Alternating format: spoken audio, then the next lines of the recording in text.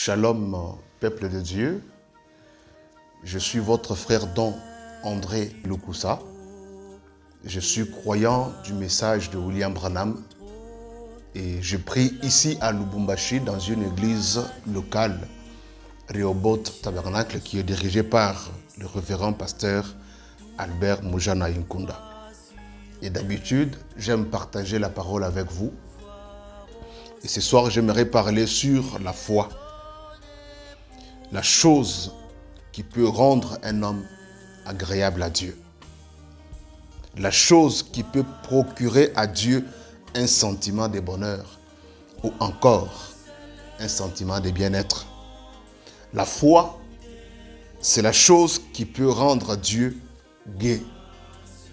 La foi de l'homme en Dieu, c'est la chose qui peut rendre Dieu heureux ou complaisant. Alors pour commencer ce soir, j'aimerais lire dans Hébreux chapitre 11. Je prends le premier verset et je vais lire en sautant. La Bible dit: « Or la foi est une ferme assurance des choses qu'on espère, une démonstration de celles qu'on ne voit pas. » Je saute, je prends le verset 3. C'est par la foi que nous reconnaissons que le monde a été formé par la parole de Dieu, en sorte que ce qu'on voit n'a pas été fait de choses visibles. Je fais une pause. Ce qu'on voit n'a pas été fait de choses visibles. La foi est capable de créer à partir des choses invisibles, les choses qu'on ne voit pas. La foi est capable de créer, pas par des choses visibles, mais plutôt par des choses invisibles. Je prends le verset 4.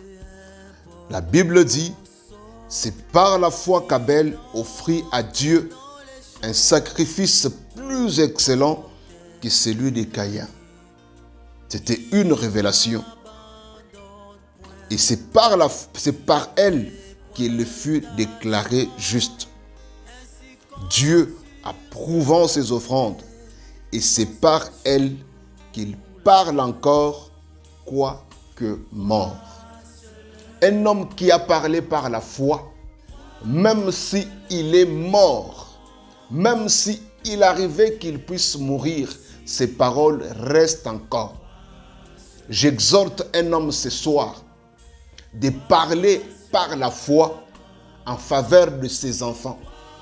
Un homme peut dire un mot par la foi et ce mot ou cette parole peut rester.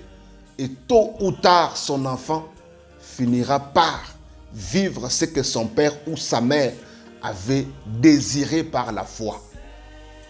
Un homme qui parle par la foi, ses paroles ne peuvent pas mourir. Un homme qui prie par la foi, ses prières ne peuvent pas faillir. Un homme qui parle par la foi, c'est un homme qui laisse des paroles éternelles.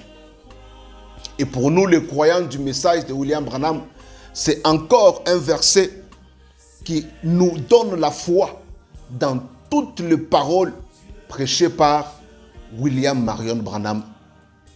Tout ce que frère Branham a dit, nous croyons puisqu'il l'a dit par la foi. Toutes les prières de William Branham ont de l'efficacité encore aujourd'hui puisque nous croyons que frère Branham a prié par la foi. Et je prends le verset 6 où la Bible dit: « Or, sans la foi, il est impossible. Sans la foi, il est impossible de lui être agréable. Car il faut que celui qui s'approche de Dieu croie que Dieu existe et qu'il est le rémunérateur de ceux qui le cherchent. » Voilà ce que je voulais partager avec vous ce soir. Je voulais dire à quelqu'un, si tu veux être agréable à Dieu, si tu veux que Dieu trouve plaisir en toi, si tu veux que Dieu puisse avoir un sentiment de bonheur, un sentiment de bien-être, sois un homme qui vit par la foi, un homme qui fait tout par la foi. C'est alors que tu seras agréable à Dieu. Bien-aimés frères et sœurs, la foi n'est pas une petite chose. La foi, c'est ça même notre arme. La foi, c'est ce qui nous forme. La foi, c'est ce qui fait de nous ce que nous voulons devenir. Tu peux devenir n'importe qui. Tu peux devenir qui que ce soit au moyen de la foi. Ne négligez jamais la foi en Dieu.